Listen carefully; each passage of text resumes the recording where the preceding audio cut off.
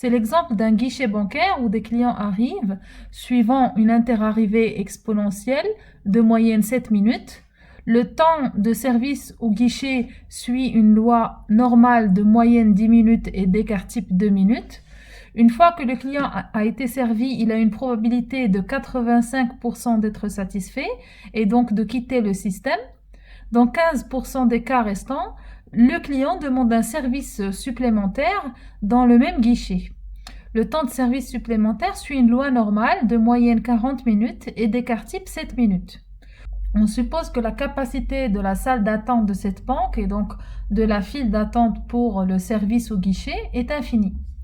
Souvenez-vous, on a dit que pour faire un modèle de simulation, la première chose à faire est de spécifier l'objectif de l'étude. Ici, l'objectif est de spécifier le nombre de guichets nécessaires pour garantir un bon service au client, c'est-à-dire pour avoir un temps d'attente qui est acceptable d'un point de vue client. Donc, ouvrez Arena.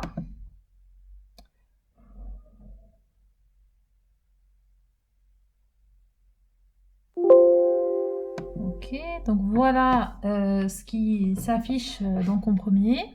Voyez que votre écran est scindé en plusieurs parties. Donc la partie à gauche, c'est ce qu'on appelle la barre de projet. Elle est constituée de plusieurs templates. Les templates qu'on va le plus utiliser, ce sont les templates Data Definition, Discrete Processing et Decisions. On va aussi utiliser Report donc pour afficher les résultats et puis Navigate donc pour pouvoir naviguer entre plusieurs modèles ou plusieurs parties d'un modèle éventuellement. Donc pour pouvoir attacher un nouveau template, donc que vous ne retrouvez pas ici dans la barre de projet, vous pouvez cliquer droit, Template Panel, Attach, et puis donc vous retrouvez ici plusieurs templates. Donc on peut par exemple sélectionner un template blocks, on clique sur ouvrir et puis vous l'avez qui s'affiche ici. Donc pareil, si vous voulez donc détacher un template. Ensuite, la partie à droite en haut s'appelle Flowchart View. Donc c'est cette partie qui contient tous les éléments graphiques du modèle de simulation. Donc on peut y glisser en fait des éléments graphiques qu'on retrouve dans les templates. Et puis la partie à droite en bas, c'est ce qu'on appelle Spreadsheet View. C'est la partie qui affiche en fait les données du modèle de simulation sous la forme d'un tableau. Donc si on clique par exemple sur un bloc, on va retrouver ces différentes caractéristiques sous forme de tableau. Donc ensuite, pour créer le process du modèle qui nous intéresse aujourd'hui et qui est donc le système bancaire, on va utiliser plusieurs types de blocs qui se trouvent donc dans Data Definition, dans Discrete Processing et dans Decisions. Donc le premier bloc qu'on va utiliser se trouve dans Discrete Processing et c'est le bloc qui s'appelle Create. Create, en fait, c'est un bloc qui va générer l'arrivée des entités dans la simulation. Donc c'est le début d'un processus. Et ensuite, on aura besoin du bloc qui s'appelle Dispose, qui sert en fait à définir la fin du processus et qui donc fait sortir les entités qui ont été créées par le Create, il les fait sortir du système. Donc chaque processus qui est modélisé sur Arena commence par un Create pour alimenter le système en entités et finit par un Dispose pour détruire les entités et signifier qu'ils sont sortis du système. Ensuite, on aura besoin d'un bloc qui s'appelle Process. Donc, Process, c'est un bloc qui modélise une activité qui est généralement exécutée par une ou plusieurs ressources et qui nécessite donc la réservation de la ressource qui dure un certain temps, donc un temps de process, et puis qui va aller libérer les ressources qui ont été réservées. Donc une autre alternative pour modéliser en fait la même chose, donc une activité avec réservation, durée d'exécution de l'activité et libération d'une ressource, on peut utiliser les trois blocs suivants. Donc le seize. Le seize est un bloc qui va réserver une ressource Et le petit trait bleu que vous voyez en dessus, ça va montrer graphiquement la file d'attente. Donc on va voir des entités en fait qui vont venir s'accumuler au fur et à mesure de la constitution d'une file d'attente. Ensuite, on aura besoin d'un bloc qui s'appelle delay. Donc delay sert en fait à définir l'intervalle de temps de l'activité. Si ce delay par exemple dure 4 minutes, qu'une entité arrive à ce delay à l'instant 3, donc elle va en sortir à l'instant 7. Ça permet de définir un délai dans le temps. Et ensuite, on va utiliser le module qui s'appelle release et qui va permettre de libérer les ressources qui ont été réservées. Donc, en fait, ça revient au même d'utiliser un process pour modéliser une activité ou d'utiliser le sys tout seul, donc pour réserver une ressource, le delay tout seul pour modéliser la durée de l'activité et le release tout seul pour modéliser la libération d'une ressource. Et puis, on aura besoin aussi dans le template decisions d'un bloc qui s'appelle decide. Donc, decide est un bloc qui offre à l'entité plusieurs cheminements possibles en fonction de probabilités, en fonction de conditions qui sont définies donc par l'utilisateur. Et puis l'entité donc qui entre dans ce decide va sortir uniquement par un des embranchements en fonction de la probabilité et en fonction de la condition. Voilà, ensuite, on aura besoin donc d'un autre type de blocs qui sont les blocs de données qu'on retrouve dans Data Definition. Donc, les blocs de données, contrairement aux blocs de process, on ne va pas les glisser ici dans le Flowchart View, mais on va cliquer dessus et on va les consulter dans Spreadsheet View. Pour le système d'aujourd'hui, on aura besoin du bloc données qui s'appelle ressources. On va cliquer sur ressources et on va retrouver les différentes ressources avec différentes caractéristiques. Et puis, on va aussi utiliser le bloc qui s'appelle Entity. Donc, Entity, vous voyez que par défaut, on a déjà une entité qui s'appelle Entité 1. Et ce bloc-là, en fait, on va l'utiliser juste pour changer en fait l'image de l'entité dans l'animation qu'on souhaitera donner à notre système. Donc, c'est juste pour la visualisation, si vous voulez, de votre système. Donc, je vais effacer tout ça et puis donc on va commencer par modéliser notre système bancaire. Donc, la première chose à faire, c'est d'alimenter notre système en données. Et comme donc, je vous l'ai dit tout à l'heure, vous allez dans Discrete Processing. Et puis, vous allez glisser, comme pour chaque processus d'Arena, vous allez glisser un Create, un module Create. Donc, ce module Create, encore une fois, ça va permettre d'alimenter le système en entité. Ensuite, donc, pour ouvrir la boîte de dialogue des propriétés du bloc Create, vous double-cliquez dessus. Donc, ça vous permet de définir, par exemple, un nom pour le Create, un nom qui soit significatif. Donc, ici, en l'occurrence, je vais mettre Arrivée client. Donc, en général, une remarque générale pour Arena, évitez d'utiliser les accents, que ce soit dans les propriétés des différents blocs ou dans les raccourcis où vous allez enregistrer vos modèles pour éviter les problèmes. Voilà, ensuite, vous pouvez définir un type d'entité. En l'occurrence, les entités de notre système, ce sont les clients. Donc, on va définir l'entité qui s'appelle client. Ensuite, on va définir le time between arrivals, donc le temps interarrivée des entités dans notre système. Ici, donc, on a une interarrivée exponentielle de moyenne 7 minutes. Donc, par défaut, vous avez une interarrivée aléatoire qui suit une loi exponentielle. Donc, on laisse la loi par défaut. Mais on change donc la moyenne. On a une moyenne de 7 minutes. Il ne faut pas oublier de changer l'unité de temps.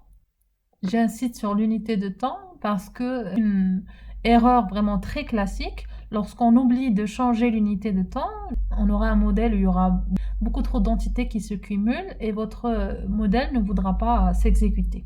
Donc n'oubliez pas de changer l'unité de temps. Ensuite, donc vous avez d'autres propriétés de ce bloc, par exemple entities per arrival, donc le nombre d'entités qui vont arriver. Donc on peut définir une arrivée par lot. Donc ici, ça vous permet de mentionner quel est le nombre, par exemple, d'articles qui arrivent dans un lot, ou quel est le nombre, je sais pas, de voyageurs qui arrivent dans un bus, etc. Ensuite, on peut aussi définir max arrivals, c'est-à-dire un nombre maximal d'entités qui vont être créées par ce bloc create. Et puis, on va définir la date de la première création, donc dans first creation, pour éventuellement décaler l'arrivée de la première entité. Ici, nous, on va tout laisser, donc on va laisser ça par défaut. On change juste le nom du create, le nom de l'entité, et puis le temps interarrivée. Et puis, donc, lorsque vous avez fini, vous cliquez sur OK. Donc ensuite, lorsqu'un client arrive dans notre système, il va passer se faire servir dans le guichet. Donc on va définir une activité guichet. Donc pour modéliser une activité, on a dit qu'on avait le choix d'utiliser soit process, soit sysdelay release. Donc le plus simple, c'est d'utiliser donc process. Donc pour pouvoir glisser le bloc process tout en le liant au bloc précédemment défini de create, on va sélectionner le bloc create et on va glisser le bloc process. Comme ça, on va avoir une liaison entre le create et le process. Donc, si on oublie de sélectionner le create, on peut les connecter en utilisant connect, donc qui lie la première à la deuxième. Voilà, donc ensuite, pour pouvoir définir les différentes caractéristiques du process, on va double-cliquer dessus. Donc vous avez cette fenêtre qui s'affiche. Donc dans Name, donc on va donner un nom significatif à cette activité. Donc on va la renommer service guichet par exemple. Donc ensuite, on peut définir plusieurs types de process. Soit on va définir uniquement un delay, c'est-à-dire ça va être uniquement une durée de temps qui n'utilise pas de ressources. Par exemple, un shopping dans un supermarché. Soit on peut définir un process sysdelay, c'est-à-dire qu'on va réserver une ressource donnée, puis on va lui affecter une durée d'activité, mais sans la libérer. Soit on va utiliser le sysdelay release, c'est-à-dire qu'on va réserver la ressource, faire l'activité et puis libérer la ressource. Soit on va faire le delay release, c'est-à-dire qu'on va faire l'activité sans avoir réservé la ressource, puisqu'elle a probablement été réservée préalablement dans le process. Et puis, on va la libérer dans le release. Donc ici, en l'occurrence, les clients vont réserver la ressource guichet, ils vont faire leur service, mais ils ne vont pas libérer la ressource, puisque dans 15% des cas, il se peut que le client ait besoin d'un service supplémentaire. Donc, on aura besoin uniquement du sysdelay. Vous voyez, lorsque vous utilisez un sys, vous avez cette partie qui s'affiche, donc la partie ressources. Donc, vous cliquez sur Add pour pouvoir définir la ressource qui va être réservée. Donc, cette ressource, elle est de type ressource, évidemment. Donc, vous pouvez définir le nom de la ressource. Ici, je l'appelle guichet. Et puis, donc, le nombre d'unités de ressources à réserver à chaque fois. Donc, c'est un seul guichet à réserver par une seule entité.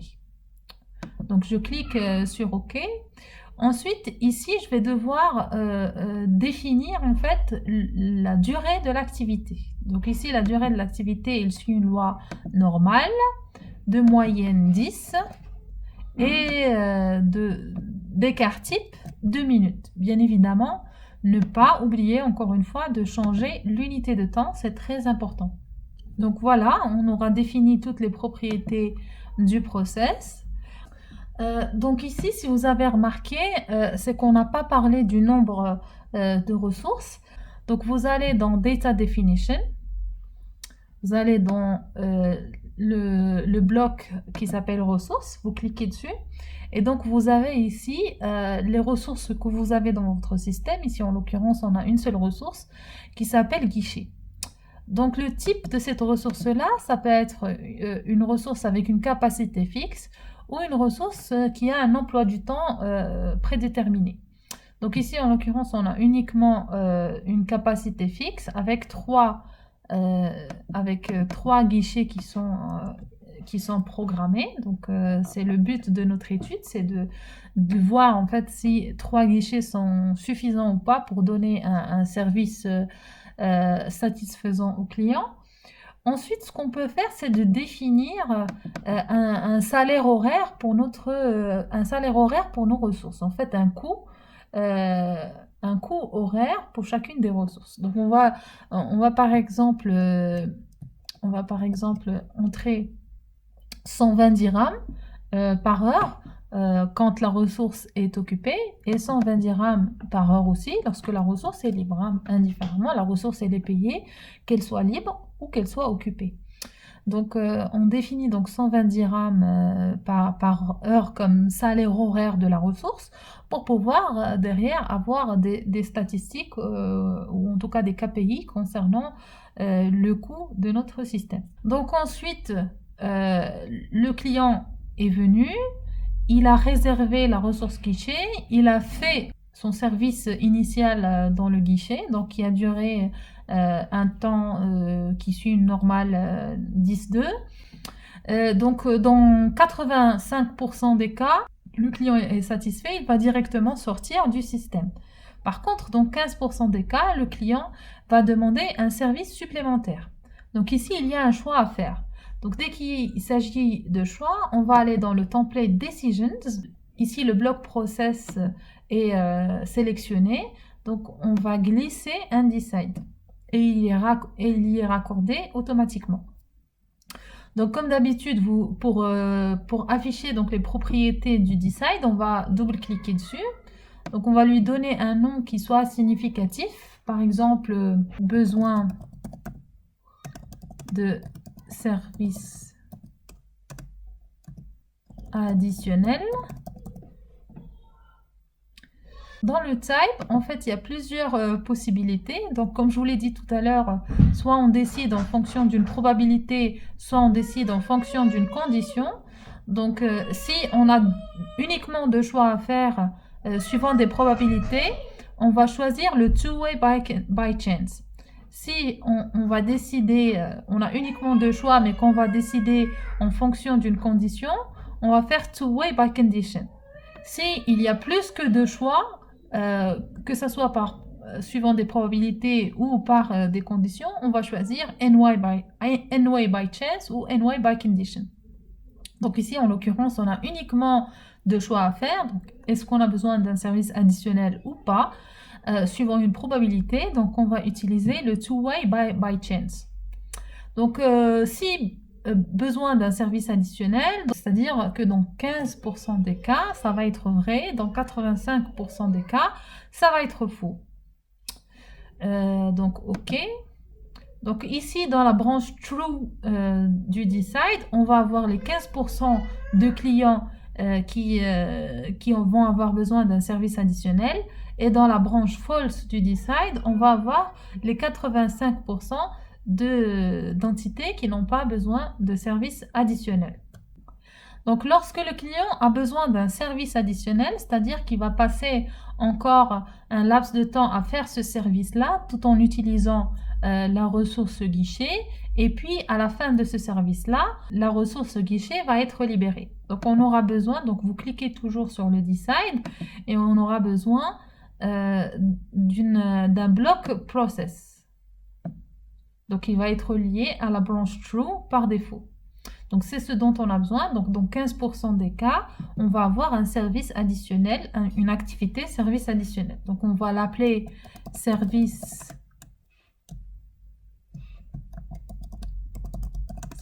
additionnel. Donc le type qu'on a besoin de faire le service, la ressource guichet ayant déjà été réservée ici dans service guichet. Donc on a besoin uniquement du delay et du release à la fin pour pouvoir libérer la ressource guichet. Donc on choisit le delay release et puis dans ressources, on va choisir quelle est la ressource à libérer. Donc la ressource à libérer, si vous cliquez sur le menu déroulant, vous allez retrouver guichet. Donc vous choisissez guichet et le nombre d'unités à libérer, c'est une unité. Okay. Donc ensuite, on va mettre ici la durée du service additionnel. Donc c'est une loi normale. L'unité de temps, vous n'oubliez pas de la changer, c'est les minutes. La moyenne du service additionnel, elle est de 40 minutes. Et l'écart type, il est de 7 minutes. OK. Donc, à la fin du service additionnel, le client va quitter le service. Donc, pour modéliser ça, il faut mettre un dispose pour sortir en fait l'entité de notre modèle. Donc, vous glissez un dispose, vous double-cliquez dessus et vous lui donnez par exemple un nom significatif, sortie client avec service additionnel.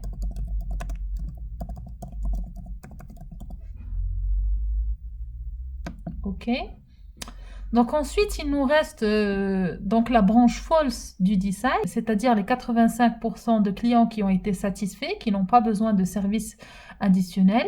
Donc ici, avant de les faire sortir du système, il ne faut pas oublier de libérer la ressource guichet, puisqu'ici, on a uniquement réservé et uniquement fait l'activité. On ne doit pas oublier de libérer le guichet, puisqu'ici, on ne l'a pas encore libéré. Donc, à la sortie false du decide, on va mettre un release. Donc, vous glissez le release. Donc, si vous aviez sélectionné le decide, il va se lier automatiquement au release. Donc, vous double-cliquez dessus. Vous lui donnez donc un nom significatif, libération du guichet. Et ensuite, donc ici, vous cliquez sur Add pour spécifier quelle est la ressource qui va être libérée. Donc ici, en l'occurrence, c'est la ressource guichet. Et vous faites OK. OK. Et voilà. Donc ici, la ressource guichet va être libérée. Et ensuite, donc le client devra sortir du système. Donc pour faire sortir le client du système, on doit glisser un dispose. Donc le dispose, on va l'appeler par exemple sortie client sans service additionnel.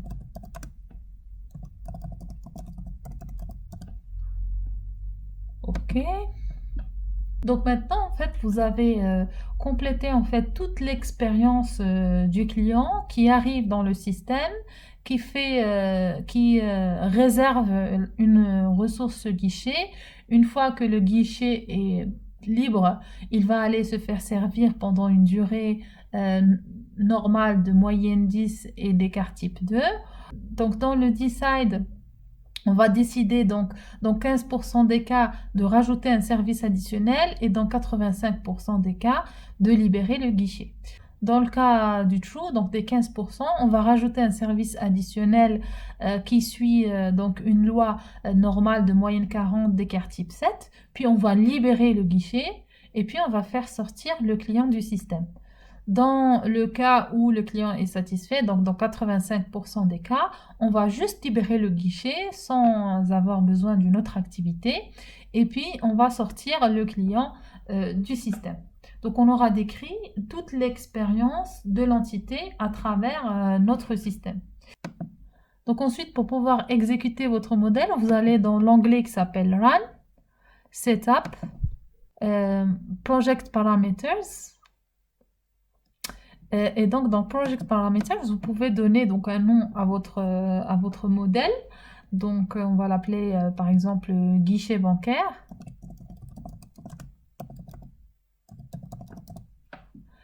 Ensuite, ici, dans Statistic Collection, par défaut, on aura des statistiques liées aux ressources, liées aux files d'attente, liées aux entités. Donc, vous pouvez aussi cocher des statistiques relatives au coût, donc costing. Ensuite, vous allez dans Replication Parameters, donc les paramètres de réplication. Et donc ici, vous allez définir combien de réplications vous allez faire. Donc, dans un premier temps, on va utiliser une seule réplication. Bien évidemment, on a vu que ce soit dans la simulation statique ou la simulation par événement, qu'une réplication n'est qu'un tirage aléatoire parmi plusieurs possibilités. Et donc, il faut faire plusieurs réplications pour que la moyenne des réplications converge vers le véritable output de votre modèle. Mais ici, en l'occurrence, lorsqu'on on va juste apprendre en fait comment modéliser dans un premier temps. Donc, on va se contenter d'une seule réplication. Et puis, ici, dans Replication Length, c'est combien de temps va durer votre réplication. Donc, par exemple, ici, on va définir une durée de réplication de 20 jours.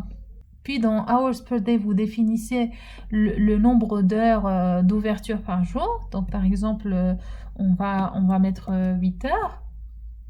Et donc dans Base Time Units, n'oubliez pas de changer l'unité de temps. Donc on va utiliser l'unité de temps qu'on a utilisée dans notre modèle. Ensuite, vous pouvez aller dans Reports. Donc ici, vous pouvez définir plusieurs types de rapports. Donc dans un premier temps, on va utiliser un type qui s'appelle Simon Summary Reports et bon, qui est un peu facilement lisible.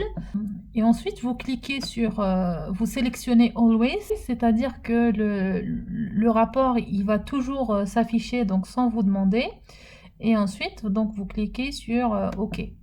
Vous n'oubliez pas d'enregistrer votre modèle. Donc vous faites Save As. Donc vous allez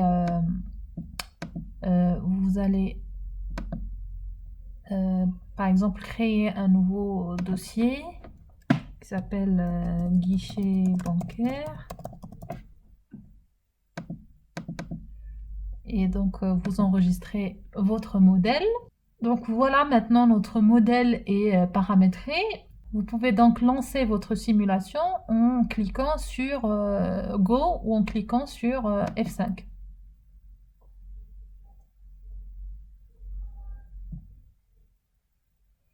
Donc vous voyez en fait que les entités sont créées, ici qui sont en train d'attendre dans la file d'attente, et puis qui vont soit dans le service additionnel, soit dans la libération du guichet. Je ne sais pas si vous voyez des nombres ici, c'est tout petit, mais ici il y a des nombres en fait qui représentent le nombre d'entités qui sont sorties du create, le nombre d'entités qui ont été créées. Ici c'est le nombre d'entités qui sont actuellement dans ce process et dans celui-là. Ici donc en haut vous avez les files d'attente qui sont représentées.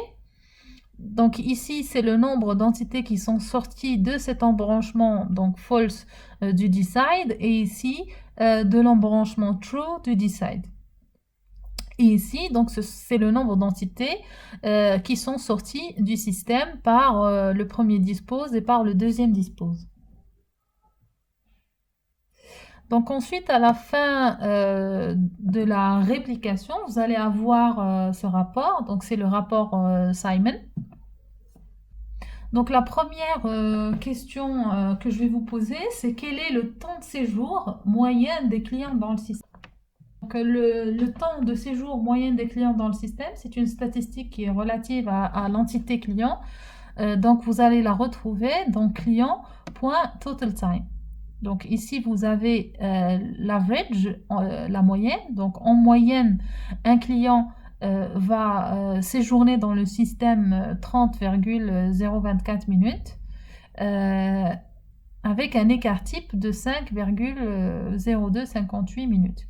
Ici, vous avez le minimum de temps qu'un client a séjourné dans le système et le maximum de temps que le client a séjourné dans le système. Et ici, vous avez le nombre d'observations, c'est-à-dire le nombre de clients qui ont quitté le système. Ensuite, la deuxième question, c'est quel est le coût moyen pour servir un client? Donc le coût moyen pour servir un client, c'est toujours une statistique qui est liée à l'entité que vous allez retrouver dans client total cost. Donc le coût pour servir un client, il est en moyenne de 33,586 dirhams, avec l'écart type, le minimum, le maximum et le nombre d'observations. Donc ensuite, la troisième question, c'est en moyenne, combien attend un client avant de se faire servir au guichet? Donc le temps d'attente moyenne d'un client, vous allez le retrouver dans service guichet.queue.waiting time. Donc il est de 13,21 minutes en moyenne avec voilà l'écart type.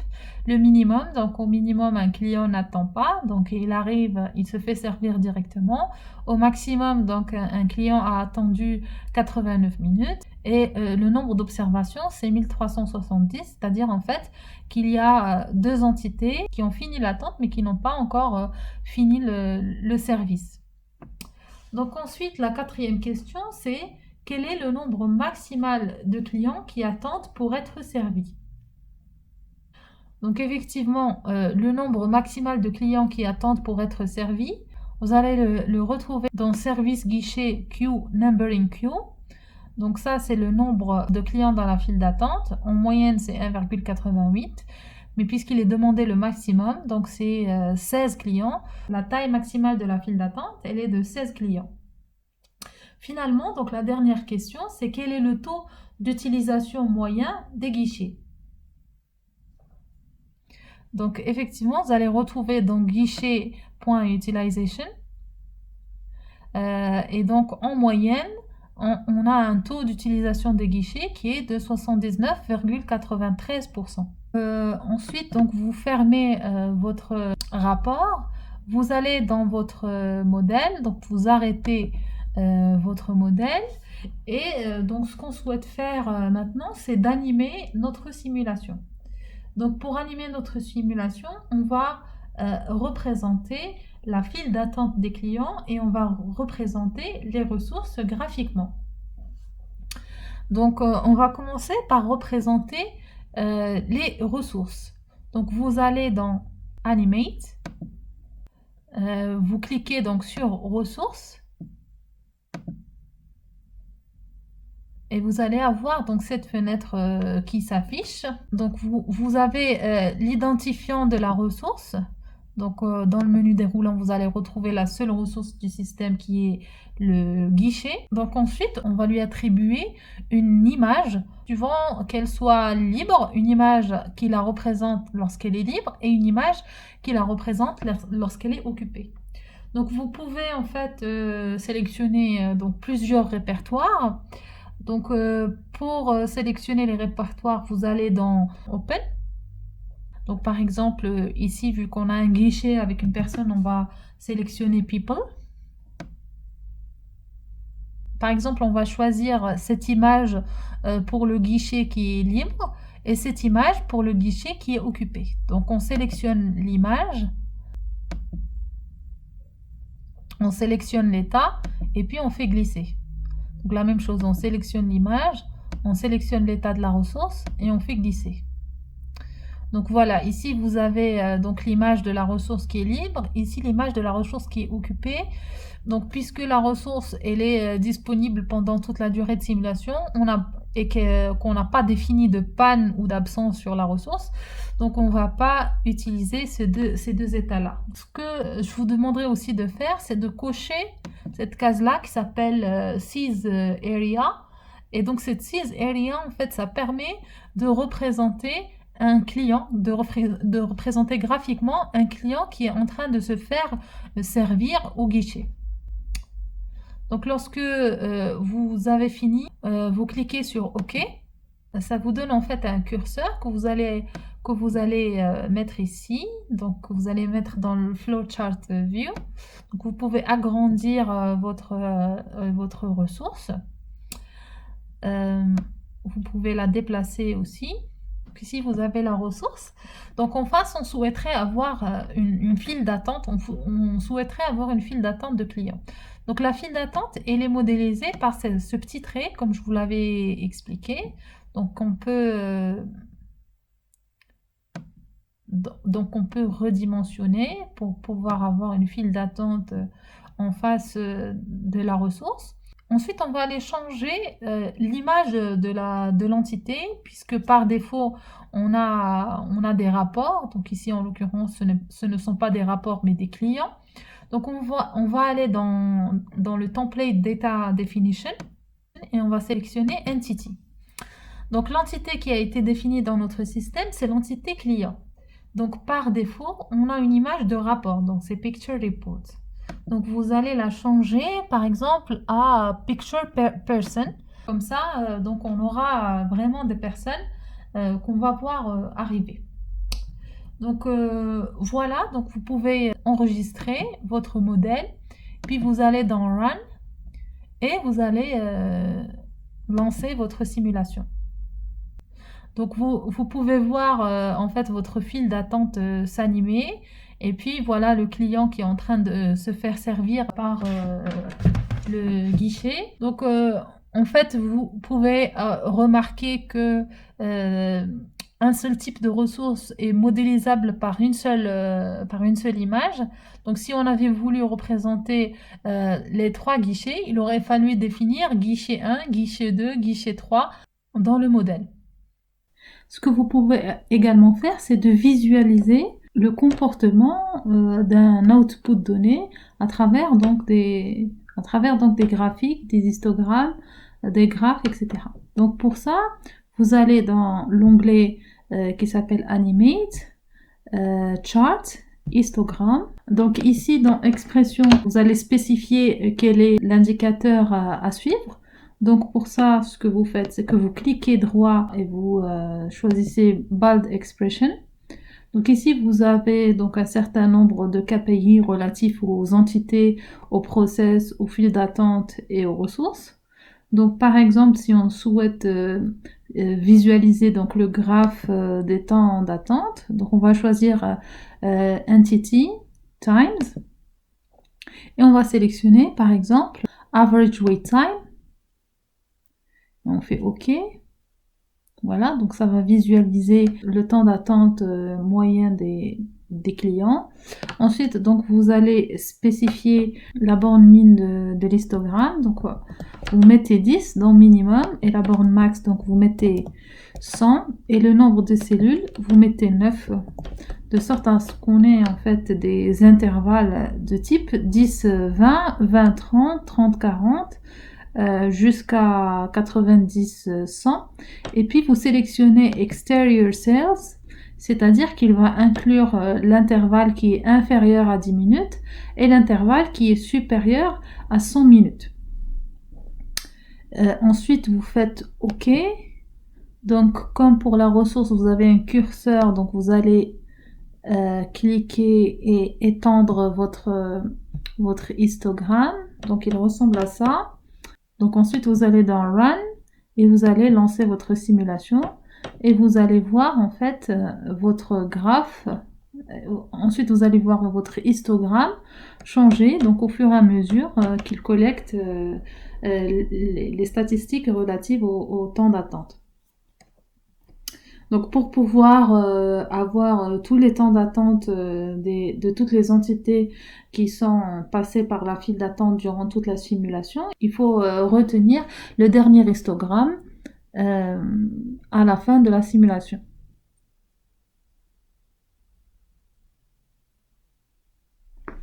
Donc voilà, vous pouvez fermer votre rapport.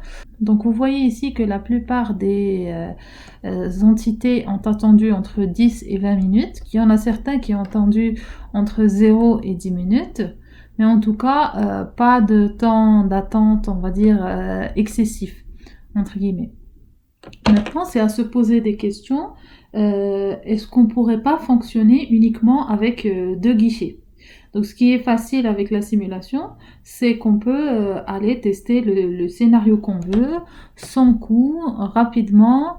Donc pour ça, vous allez vous arrêtez d'abord votre simulation, puis vous allez dans Data, vous sélectionnez ressources, donc vous avez le guichet Fixed Capacity, et vous faites 2 guichets. Et puis vous enregistrez votre modèle et vous le relancez.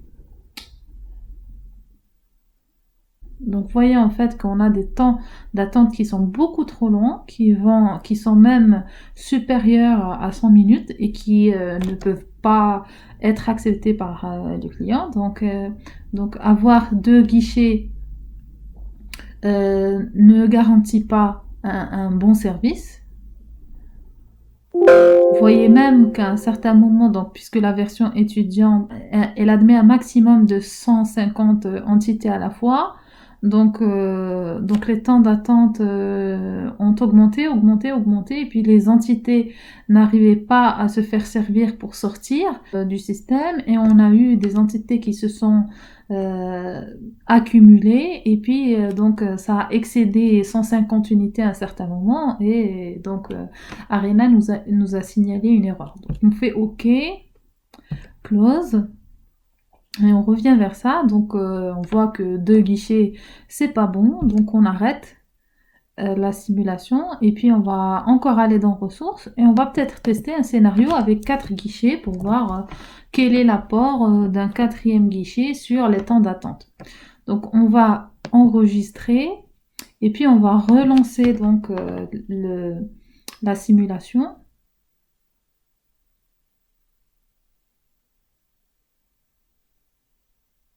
Donc si vous voulez lancer la simulation plus rapidement, vous pouvez utiliser le fast forward. Donc vous voyez qu'il ne fait plus d'animation, mais que la vitesse de la simulation est beaucoup plus grande.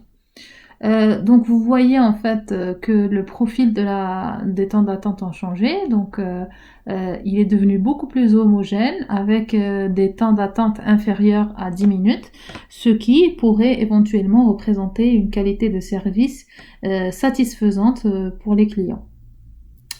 Voilà, donc nous arrivons à terme de ce premier exemple de simulation sur Arena. Je vous remercie pour votre attention et je vous dis à la prochaine vidéo.